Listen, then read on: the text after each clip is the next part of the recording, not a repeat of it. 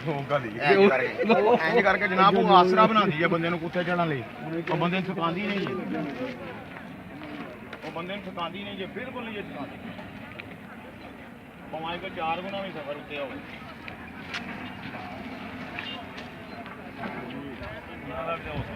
ਨਹੀਂ ਆਵਾਮ ਨੇ ਚੜ ਕੇ ਰਸਤਾ ਬਣਾ ਲਿਆ। ਇਹ ਸੋਚੋ ਕਿ ਜਦੋਂ ਆਪ ਸੱਲੱਲਾਹੁ ਅਲੈਹਿ ਵਸੱਲਮ ਆਏ ਉਹਨਾਂ ਉਦੋਂ ਕੀ ਹਾਲ ਹੋਵੇਗਾ ਇੱਥੇ, ਉਦੋਂ ਕੀ ਮੰਜ਼ਰ ਹੋਵੇਗਾ ਇੱਥੇ। ਮੈਨੂੰ ਇਹ ਜਿਹੜੀ ਚੀਜ਼ ਸ਼ੋਅ ਵੀ ਕਰਾਉਂਦੀ ਹੈ ਨਾ, ਇੱਥੇ ਕਿਸੇ ਵਕਤ ਕੋਈ ਆਬਸ਼ਾਰ ਚੱਲਦੀ ਸੀ, ਕੋਈ ਨਦੀ ਚੱਲੀ ਹੋਈ ਹੈ।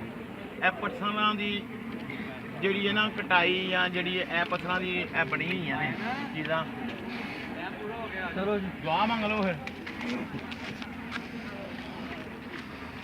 ਦੁਆ ਮੰਗ ਲਈ ਕਾਇ ਸਾਹਿਬ, ਦੁਆ ਤੇ ਕਰਾ ਦਿਓ। ਫਿਰ ਹੁਣ ਤੁਸੀਂ ਵੀ ਕਰਾ ਦਿਓ ਨਾ, ਅਸੀਂ ਤੁਹਾਡੇ ਪਿੱਛੇ ਆਮੀਨ ਕਹਿ ਲਾਂਗੇ کہ یا اللہ اپنے تیرے حبیب بیٹھے آیا سی اس دے پیچھے آمین آمین اسی کہہ رہے کیسا دعا مانگو بسم اللہ قاری صاحب نہیں ہے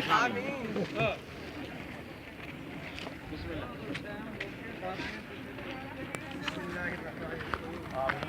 یا اللہ جس طرح سیدنا صدیق اکبر نے آپ کے حبیب صلی اللہ علیہ وسلم کا ساتھ دیا، آپ کی ہر ادا پہ لبیک کہا، آپ کی ہر فرمان کو یا اللہ سب سے آگے رکھا۔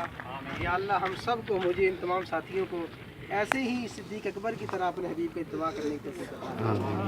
یا اللہ جس طرح صدیق اکبر نے خواہش عرض کی تھی النظر الی وجہ رسول اللہ، کہ میری خواہش ہے کہ میری آنکھیں ہوں حبیب کا چہرہ ہو، ہر وقت دیکھتا رہوں۔